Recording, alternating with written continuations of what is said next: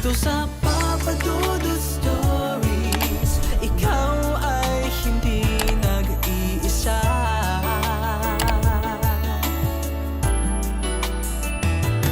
Dito sa Papa Dudut Stories, may nagmamahal sa'yo. Papa Dudut Stories, Papa Dudut Stories. Dear Papa Dudut, sa lahat po ng mga nakatutok ngayon, huwag pong kalimutan mag-like, mag-share at mag-subscribe. Maraming salamat po sa inyong lahat.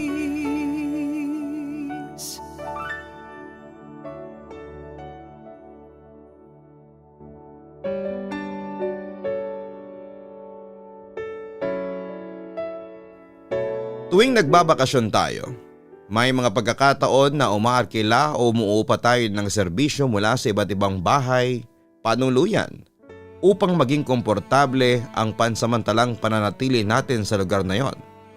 Ngunit may mga sitwasyon sa ating buhay na ang akala natin ay siyang magiging payapang pananatili ay biglang mahaluan ng hindi inaasahang pangyayari. Dear Papa Dudut, isang magandang gabi, araw po sa inyo. Ako nga pala si Zarina, hindi ko tunay na pangalan. 25 years old at nakatira sa may Quezon City. Dito na ako lumaki at nagkaisip kaya naman may pagkakataon na parang medyo nagsasawa na din po ako sa view dito. Hindi ko po masasabing certified traveler ako. Pero ako yung tipo ng tao na kapag may gustong puntahan basta may budget ako ay go lang ako. Wala din naman po kasi akong tinatawag na travel goals. Kumbaga gusto ko lang maranasan ang beauty of nature. Since laking lungsod ako. Sinasamantala ko din kasi na kaya ko pang magpunta sa iba't ibang lugar since single pa ako. At walang nagbabawal sa akin. Hindi ko din kasi naranasan ito noong kabataan ko. Dahil hindi naman kami ganong kalwan sa buhay, kaya ngayong may trabaho na ako at nakakaipon-ipon ay ginagawa ko yung mga gusto kong gawin noong aking kabataan. Kumbaga I'm healing my inner child. Support naman sa akin ang mga friends ko dahil alam nila ang naging kalagayan ko noon. So kapag nagyayaya ako ay go na go din silang samahan ako. Kaya ko namang mag-travel mag-isa pero aaminin ko na mas masaya talagang pumunta sa iba't ibang lugar kung may kasama kang katropa. Nakarating na ako sa maraming probinsya tulad ng Ilocos, Vigan at Sagada. Pero isang lugar talaga ang gustong gusto kong bisitahin, yon ay ang Baguio. Bukod sa mayamang kasaysayan nito, ay sikat din po ito sa dami ng mga magagandang pasyalan na maaari mong tunguhin habang naririto ka. Hindi ko naman agad ito nagawa noon dahil conflict sa schedule ang ilang mga event doon na gusto kong masaksihan habang naroroon. Kaya naman nang mabigyan ng pagkakataon na magkaroon ng vacant schedule ay talagang grinab ko na ito upang yayain ang aking mga kaibigan. Mabuti na lamang at okay din sa kanila ang schedule na aking nakuha. Kaya naman super excited kami na nag-prepare ng aming mga kailangan. Do it yourself na gala ang naisip namin gawin para naman wala kaming oras na hinahabol. Una na kaming nag-book ng aming tutuluyan para sure na may matutulugan kami pagdating doon. Pinili talaga namin yung malapit sa isang sikat na tourist spot. Dahil ang pag-explore dito ay kasama din sa aming plano. Hindi ko nasasabihin kung anong lugar ito pero sikat itong lugar kung saan ay sinasabing may mga kababalaghan daw na nagaganap. After naming makapagpa-reserve ay nagplano na kami ng iba pang lugar na aming pupuntahan. Excited talaga ako sa lakad naming ito dahil isa talagang lugar na yon sa mga nais kong puntahan. Matapos naming planuhin ang lahat ay nagsipaghanda naman na kami ng aming mga kailangan. Although medyo may time pa naman kami, ay gusto kasi namin na handa na ang lahat ng aming mga dadalhin. Since mahirap maghabol ng oras. Lahat naman ng mga kailangan namin ay doon na itinabi sa bahay ng isa kong kaibigan. Dahil doon kami manggagaling. Nagpresenta na rin kasi siyang hiramin niya ang kotse ng kanyang kuya para hindi na kami mahirapan pang mag-commute habang palipat-lipat kami ng lugar na pupuntahan. Bago ang araw ng aming alis ay doon na kami nagpalipas ng gabi sa bahay ng aking kaibigan. Halos hindi ako makatulog dahil sa sobrang excitement ko. Although ina-expect naman namin na gagabihin na kami ng dating, ay hindi ko maiwasan na isipin ang mga maaari kong puntahan o gawin pagdating doon. Ayan, kakaisip ko tuloy ay super puyat ako ng pag-alis namin. Natatawa pa sa akin ang mga friends ko dahil parang bata daw ako na ngayon lang maisasama sa lakad ng kanyang mga magulang. Ako naman ay iismid-ismid lang pero deep inside ay natatawa din ako sa aking sarili. Dahil parang totoo naman ang mga sinasabi nila. Since puyat nga ako pagkaalis namin sa bahay ng friend ko, ay nakatulog din agad ako. Hindi naman ako pinakialaman ng aking mga kasama dahil mahaba-haba pa ang aming ilalaan sa kalsada. Ang stopover lang namin ay noong nag-almusal kami, nag-lunch at nag-snacks.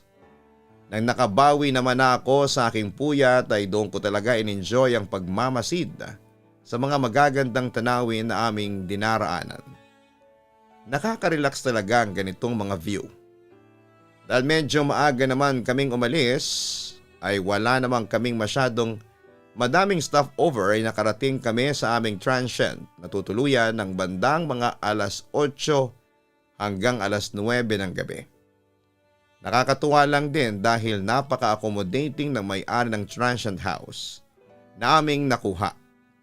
Malapit lang din naman daw ang bahay nila doon, kaya if ever na may kailangan kami ay maaari namin siyang tawagan at pakisuyuan. Matapos ang aming pag-uusap ay agad na kaming pumasok sa loob upang mailapag at maiayos ang aming mga gamit. Bala kasi naming mag-night market dahil naririnig ko nga na mga mura daw talaga ang mga paninda dito. Magta-travel pa kami papunta doon, so balak daming magpahinga muna saglit bago pumunta doon. Pagkapasok namin sa loob ng bahay ay sinalubong agad ako ng kakaibang pakiramdam. Hindi ko maintindihan pero parang lahat ata ng excitement sa aking katawan ay na-wash out. Pagtapa ko sa loob ng transient na aming tutuluyan. Mukhang hindi lang naman ako ang nakaramdam nito dahil nakita ko din ang aking mga kaibigan na tila natingilan sa kanilang paghakbang. Mga alanganin pa kaming nagkangitian na para bang nagtatanungan kung sino ang unang maglalakas loob na tuluyang pumasok doon. Pakiramdam ko kasi noong pagbukas ko pa lamang ng pintuan ay napakaraming mata na ang nakatingin sa amin. Kahit na wala namang kaming nakikitang tao doon. Upang makausad kami ay winaksi ko na lamang ang kakaibang nararamdaman ko sa aking katawan. At agad na hinanap ang switch ng ilaw. Nang mabuksan ko na ang ilaw ay medyo parang nakahinga naman kami ng maluwag. Lalo pa nga nang bumungad sa amin ang bakante at malawak na sala nito. Dito lamang nagsipasukan ang aming mga kasama. And to make it clearly, 4 kaming nag-travel ngayon since sumama sa akin ang kuya ng friend ko. Siya kasi ang kapalitan ng aking kaibigan sa pagmamaneho since matagal nga ang biyahe. Agad naming sinipat ang mga kwarto na aming tutulugan na very pleasing naman para sa amin. Dahil magiging 1:1 kami, Papa Dudut. Yun din kasi ang hinahanap namin para ba wala ding hassle sa amin sa pagkilos. Kada kwarto ay may double deck na kama. So dahil tag-iisa naman kami, ay sa ibabang bed na ang pinagkukuha naming pwesto, habang sa taas ay doon namin nilagay ang aming mga iba't ibang gamit. Maramihan kasi talaga kaming mag-pack para just in case hindi kami mamumroblema sa aming mga kakailanganin. Alam naman natin na medyo may mga unexpected circumstances tayong mararanasan during travel. Kaya mas okay na yung ready ka. Habang nag-aayos ako ng aking mga gamit, ay hindi ko maiwasang maisip yung naging pakiramdam ko kanina. Pagtapak dito. Sa tagal ko na kasing nagta-travel, first time kong maka-experience nito. Hindi ko alam kung dahil ba ito sa isiping malapit lamang ito sa isa sa mga sinasabing pinaka-haunted na lugar sa bansa. Kaya medyo na paranoid ako. Ayoko mag-entertain masyado ng mga negative thoughts. Kaya naman, binura ko din sa isipan ko ang pangyayari na yon at nag-focus na lamang sa paghahanda ng aking mga gagamitin ngayong gabi at bukas. Dalawang banyo dito sa aming tutuluyan. So hindi naman masyadong hassle sa amin ang pag-shower. Nang medyo nakapahinga na kami ay nag-asikaso na rin kami upang masimulan na ang plano namin na pagpunta sa night market. Medyo lagkit na ako sa aking katawan, kaya naman pinauna na ako ng aking kaibigan na ka-share sa shower na maligo. In fairness naman ay may heater din sila. Kaya hindi mo masyadong dama ang malamig na klima sa lugar na yon. Medyo malamig pa kasi ang klima noong time na nagpunta kami doon. Wala ako noon at nag-enjoy pa nga sa aking ginagawa. Nang makaramdam ako sa aking likuran ng malamig na hangin na akala mo ay may umiihip dito. Napalingon naman ako upang tignan kung saan ang gagaling ang ganong pakiramdam, ngunit wala naman akong nakita na anumang pinanggagalingan nito. Oo nga, at may bintana sa comfort room na yon. Pero nakasarado na ito ng oras na yon, so saan ang galing ang malamig na hangin na yon? Ayaw ko namang mag-overthink masyado sa ganong mga bagay, kaya naman ang ginawa ko na lamang ay binilisan ang aking ginagawa. Nang matapos na ako ay agad-agad akong lumabas doon. Nilingon ko pa ng huling beses ang banyo bago ako lumabas. Hindi ko alam kung guni-guni ko lang ba ito, pero parang may anino akong nakita doon sa may bandang shower. Saglit lamang ito bago tila bulang nawala.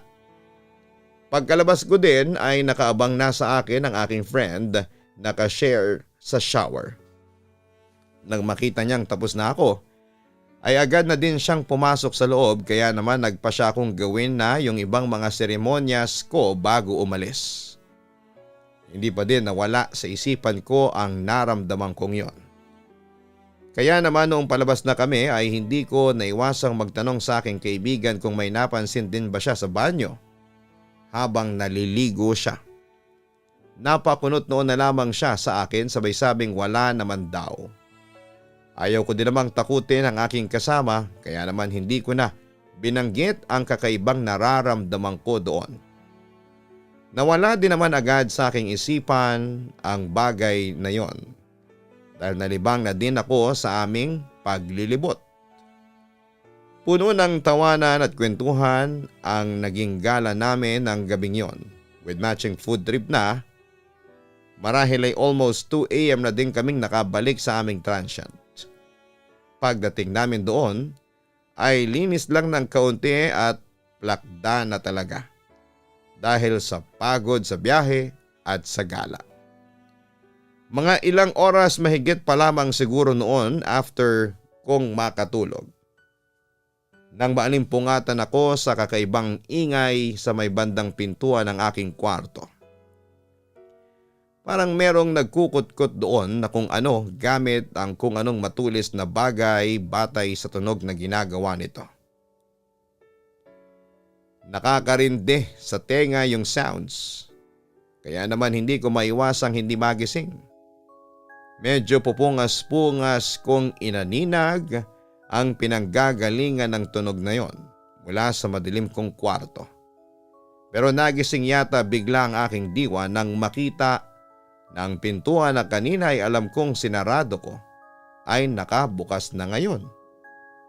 Mula dito ay may babaeng nakasilip ang kalahati ng mukha habang ang kamay nito na may mahabang kuko ay abala sa pagkutkot sa frame ng pintuan na kanyang hinahawakan. May edad na rin siya, marahil ay nasa mga mid-50s na.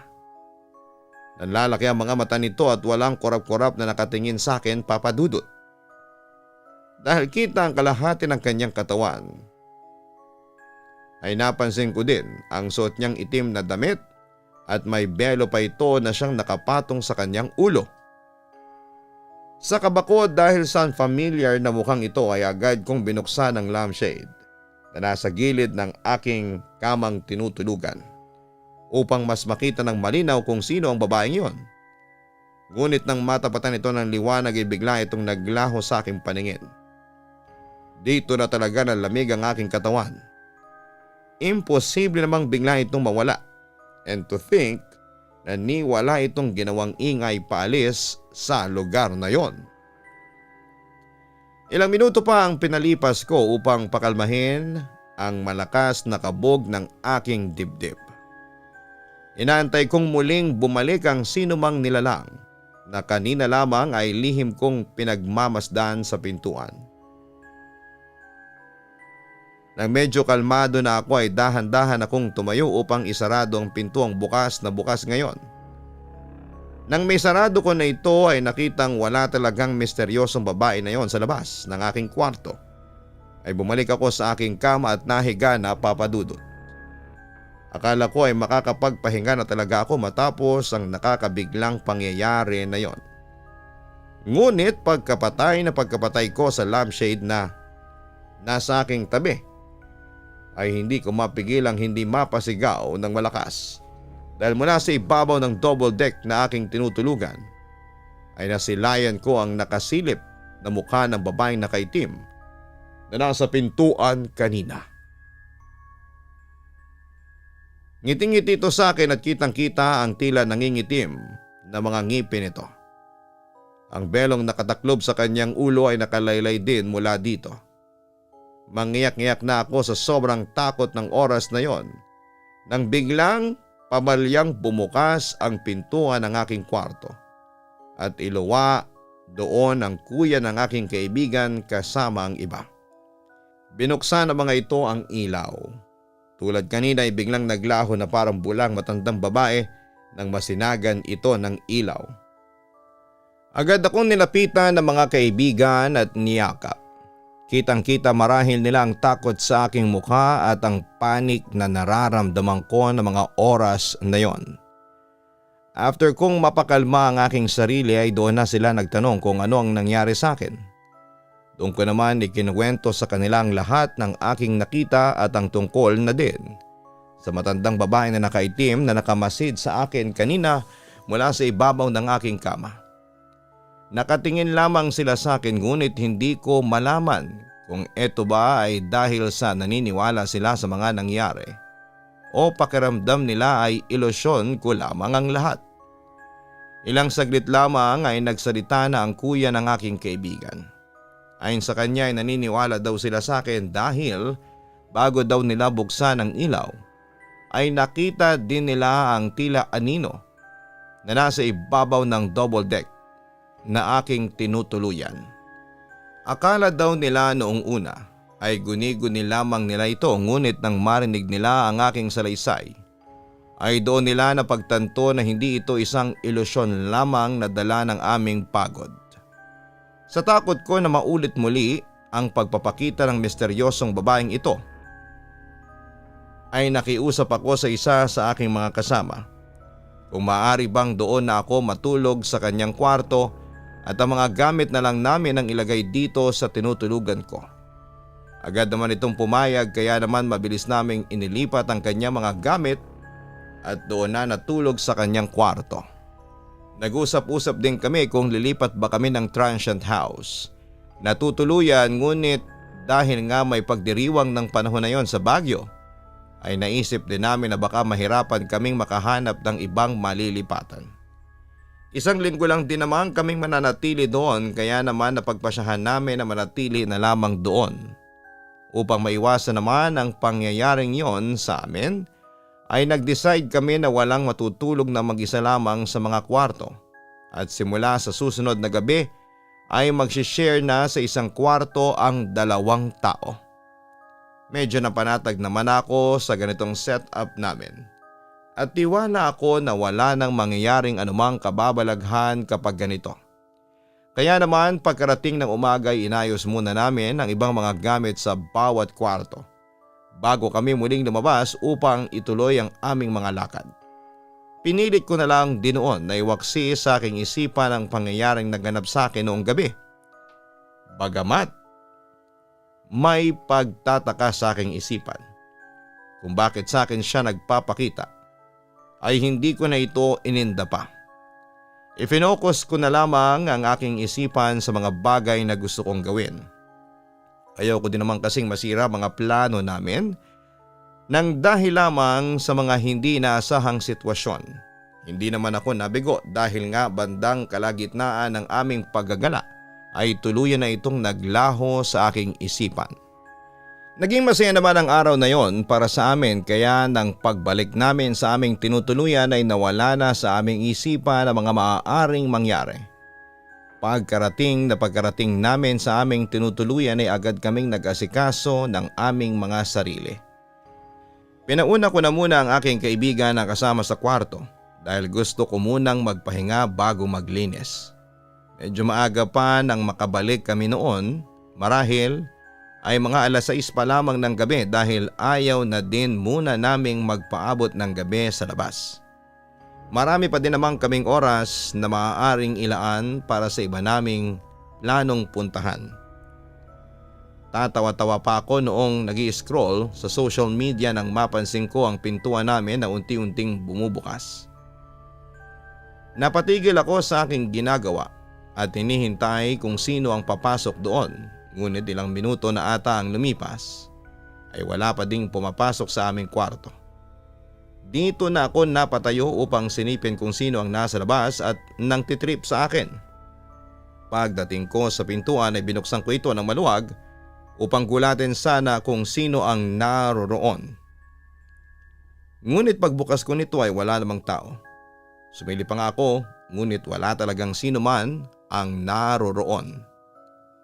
Ayokong takutin pa ang sarili ko sa mga ganong bagay kaya naman tahimik na lamang akong bumalik sa aking higaan. Bumalik ako sa pag-i-scroll sa aking social media. Nalilibang na muli ako dito nang bigla na lamang akong makarinig ng malakas na tili mula sa CR kung saan ay naroroon ang aking kaibigan. Napabalikwas ako ng bangon ng oras na yon at agad na tinakbo ang kanyang kinakaroonan. Pagpasok ko sa banyo ay nakita ko siyang nakatapis ng tuwalya habang nakaupo sa may sahig. Nanginginig ang kanyang katawan at nanlalaki ang kanyang mga mata na akala mo ay nakakita ito ng multo. Agad ko naman siyang tinulungang tumayo. Sakto namang nakaayos na siya at tumahangos na ring dumating ang isa ko pang kaibigan at ang kanyang kuya. Hindi pa makapagsalita ang aming kasama dahil tila na trauma ito sa kung anumang nangyari sa kanya. Kaya naman hinayaan muna namin itong makapag-ayos at kumalma bago tanungin kung ano nga bang naganap habang naroon siya sa palikuran. Alanganin pa siya noong una na ikinuwento ito pero dahil din sa pamimilit namin ay nagbahagi din po ito ng kanyang karanasan. Ayon sa kanya, abala siya sa paglilinis nang marinig niyang marahang bumukas ang pinto ng CR. Nasa loob siya noon ng shower room kaya naman hindi niya makita kung sino ang naroroon. Ngunit dahil alam niyang kaming dalawa lamang ang magkasalo sa banyo na yon ay inassume niya na ako ang pumasok doon, lalo pa nga at nakatayong tila anino sa labas ay may mahabang buhok na gaya ng sa akin. Natatawa pa nga daw niya akong biniro noon na ayaw kong maiwanan sa loob ng kwarto. Kaya naman sinundan ko agad siya. Medyo nabuo na nga lang daw ang pagtataka sa kanyang isipan ng ilang minuto na daw ata siyang nagsasalita. Ay hindi pa din ako sumasagot kahit na isang beses. Nakatayo lamang daw ako sa labas na para bang nakatulala lang at may hinihintay. Nang hindi na niya mapigilan ang kanyang kuryosidad, ay binuksan na niya ang pintuan ng shower room. Ngunit nagulat daw siya dahil wala namang tao doon. Doon na daw siya naghinala at nakaramdam ng kaba. Ngunit tinatagan niya ang kanyang kalooban. Muli daw niyang sinarado ang pintuan at saktong pagkasara niya ay muling lumitaw ang anino ng babaeng yon sa labas. This time ay bigla na niyang binuksan ang pintuan, ngunit katulad nung una ay ganun pa din ang resulta. Talagang biglang nawala ang babaeng iyon sa hindi malamang kadahilanan. Upang makasigurado ay dahan-dahan niyang sinaradong muli ang pintuan, pero this time ay wala na ang anino. Medyo nakahinga na nga daw siya ng maluwag noon sa pag-akalang okay na ang lahat. Since patapos na rin naman at magtatapis na sana siya ng tuwalya at akmang kukunin na ito sa sabitan, ng pagharap niya ay halos isang dangkal na lamang ang layo ng mukha ng isang matandang babae sa kanyang sariling mukha. Seryoso ito at matiim na nakatingin sa kanya. Nangingitim daw ang mga labi nito, maging ang paligid ng kanyang mga mata. At nang medyo makabuelo na siya ay unti-unti na niyang inabot ang kanyang tuwalya na nasa gilid lamang halos ng matandang babae na ito. Hindi niya inalis ang kanyang tingin dito sa takot na mapansin nito ang kanyang balak. Saktong pagkakapit niya sa kanyang pakay ay siya namang biglang lingon ang matanda doon. Dala ng kanyang takot ay mabilis niyang hinablot ang tuwalya sabay tapis nito at akmang tatakbo na sana siya palabas. Doon na daw siya napasigaw nang bago pa man siya makarating sa pintuan ng palikuran ay bigla siyang sinabunutan ng matanda. Mahigpit ang kapit nito sa kanyang buhok habang naririnig nito na bumubulong sa kanya na umalis kayo sa pamamahay ko, mga hampas lupa. Nang buksan ko daw ang pintuan ng comfort room ay doon lamang biglang naglaho ang matandang babae. Napasalampak na lamang daw siya noon sa sahig ng banyo dahil sa kanyang naging karanasan. Papa Dudut. Nagkatinginan kami ng iba pang mga kasama namin na para bang nag-uusap kung ano ang dapat naming gawin. Dito na kami nakapagdesisyon na kausapin ang may-ari ng transient house upang malinawan kami at sabihin na rin dito na lilipat na lamang kami sa ibang lugar kahit hotel dahil hindi na yata namin kakayanin ang mga kababalaghan doon. Matapos naming makapagayos ay sabay-sabay na kaming tumungo sa bahay ng may-ari. Pagkakita niya sa amin ay medyo nagulat pa ito dahil sa biglaan naming pagpunta sa kanila. Humingi naman kami ng pasensya at pinaliwanag ang lahat sa kanya, Papa Dudut. Ayaw pa nga niyang maniwala noong una kaya niyaya niya kami sa loob ng kanyang bahay dahil may CCTV naman daw doon sa may transient house na maaring ma-review para makasigurado na hindi lamang daw guni-guni ang aming nakita. Medyo nainis pa nga ako noon sa may-ari dahil pakaramdam ko ay pinagkakamalan kami nitong nasisiraan ng bait. Dinala kami nito sa kanilang sala at doon ay iniharap niya sa amin ang laptop kung saan ay nakakonect daw ito sa CCTV na nasa transient house na aming tinutuluyan.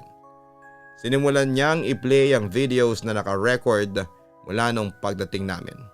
Noong una ay wala namang kakaibang mga nangyari doon, ngunit nang umalis kami noong unang gabi nang pagdating namin ay may pagkakataon na tila may glitch ang recording sa mga hallway.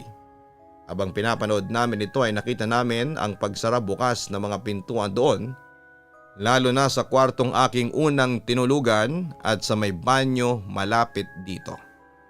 Halata ang gulat sa mukha ng mga may-ari nito nang mapanood ang mga video. Dito din ay nakita ang eksena noong gabing nagpakita sa akin ang matandang babae. Sa kamera ay kitang-kita ang pagbukas ng pintuan ng aking silid kahit na wala namang tao.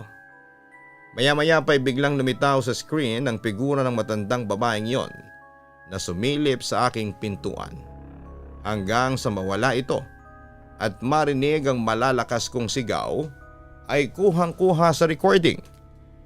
Hindi na may paliwanag ang mukha ng may-ari ng transient dahil maging siya yata ay first time lamang itong maranasan at natuklasan.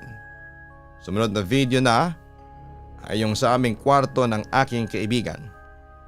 This time ay parang anino lamang ang nakitang nagbukas ng pintuan ng aming kwarto bago ito nawala ng tuluyan at lumitaw doon sa pintuan na ng comfort room. Hindi na namin tinapos pa ang video dahil nakita na rin naman ng may-ari ang mga tinutukoy naming kababalaghan. Dito na siya umamin na bagong renovate lamang ang lugar na yon na kanyang nabili mula sa dating may-ari nito. Ayon sa kanya ay lumang may-ari ng naturang bahay ay isang mag-asawa at kasama ang may edad na ina ng babae. Ayon sa kwento ng mga ito bago umalis, may demensya daw ang ina ng babaeng may-ari at minsan daw ay nagigisingan nilang nasa labas ng kwarto nila. Nakatayo lamang doon habang suot ang kanyang belo at itim na damit.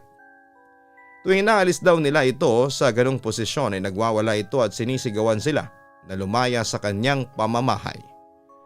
Ganon daw ang naging sitwasyon ng mag-asawa hanggang sa namatay ang ina nito.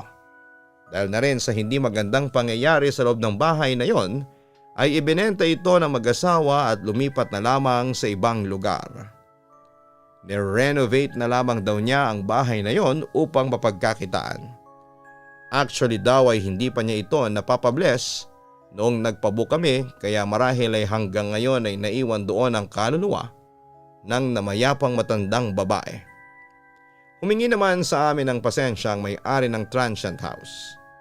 Upang makabawi, hinanapan niya kami ng panibagong matutuluyan at binalik din niya ang kalahati ng aming ibinayad. Nang gabi ding yon ay dali-dali kaming umalis at nagtungo sa aming bagong tutuluyan. Sa awa naman ng Diyos ay wala na kaming naranasan na anumang kababalaghan pagkalipat namin. Bago kami umuwi galing sa Baguio ay napag-alaman namin na pinabless na ang dati naming tinutuluyan. Umaasa naman kaming magkakaibigan na sa susunod na pagkakataon na may tutuloy doon ay wala na silang mararanasang anumang kababalaghan na kagaya ng sa amin. Hanggang dito na lamang po ang aking liham, Papa Dudut. Maraming salamat po sa pagbibigay oras ninyo sa akin and more power po sa inyong programa. Lubos na gumagalang, Zarina. May mga pagkakataon na ang paghahanap natin ng pansamantalang pahinga at kasiyahan sa buhay ay naghahatid sa atin ng mga kakaibang karanasan. Lalo pa nga at kung ating pinupuntahan ay may naiwan na bakas ng nakaraan. Kaya naman mahalaga na bago tayo tumuloy o pumunta sa isang lugar ay alamin muna natin ang kasaysayan nito upang sa gayon ay hindi tayo mapahamak o makaharap ng mga nilalang na hindi nabibilang sa ating mundong ginagalawan. Hanapin ang Kaistorya YouTube channel para sa horror stories at manood ng Papa Dudut Family YouTube channel. Magandang gabi, magandang araw sa inyong lahat.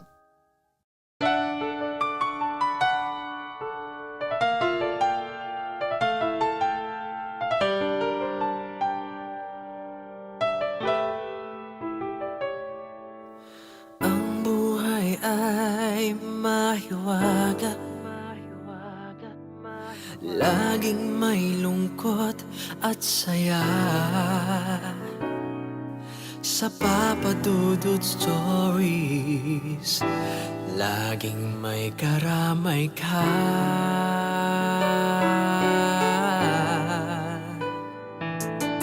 Mga problemang kaibigan, dito ay pakikinggan ka. Sa Papa Dudut Stories, kami ay iyong kasama. Dito sa Papa Dudut Stories, ikaw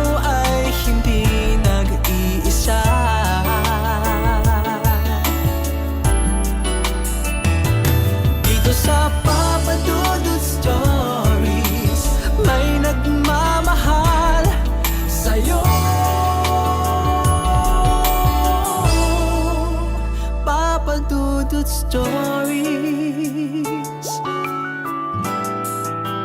Papa Dudut Stories. Papa Dudut Stories.